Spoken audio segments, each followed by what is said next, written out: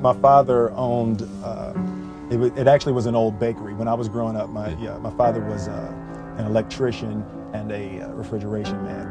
We would install supermarkets. You see the long freezer cases in supermarkets. We would install those long freezer cases and all the lights. That's what we would do every summer.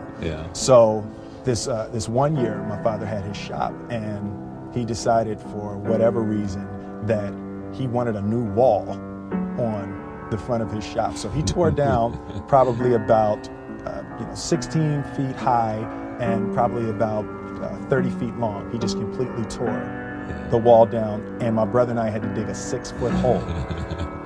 For the foundation. For the foundation. We were mixing the concrete by hand. A year and a half. We were building this wall for a year and a half. Every day after school, we were coming, mixing concrete, putting it in the hole, doing it. And it was just myself and my little brother. And I remember standing back, looking at that wall, saying, there's going to be a hole here forever. A year and a half later, we laid the final brick. And my father stood back with my brother and I know he planned this. He says he didn't, but I know he had been planning this and writing this for his for the past 2 years. But we stood back, we looked at the wall, and he looked at me and my brother and said, "No, don't y'all never tell me that you can't do something."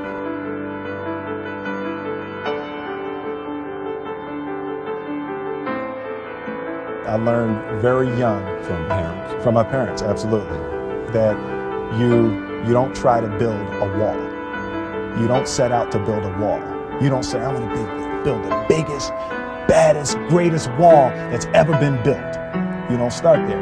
You say, I'm gonna lay this brick as perfectly as a brick can be laid. There will not be one brick on the face of the earth that's gonna be laid better than this brick that I'm gonna lay in this next 10 minutes. And you do that every single day, and soon you have a wall. And I think psychologically, the advantage that gives me over a lot of people that I have been in competition with in different situations is it's difficult to take the first step when you look how big the task is. The task is never huge to me. It's always one brick. Me too. For me, it was always, my biggest dream coming up was I wanted to hear one of my records on the radio. That was it? That was it. That's what I wanted to do. I wanted to hear one of my records on the radio. And I wanted to see someone hear my record on the radio. And in June 1986, I saw a guy ride past my father's shop, dropping his head, so from that point, I've really been beyond my dreams.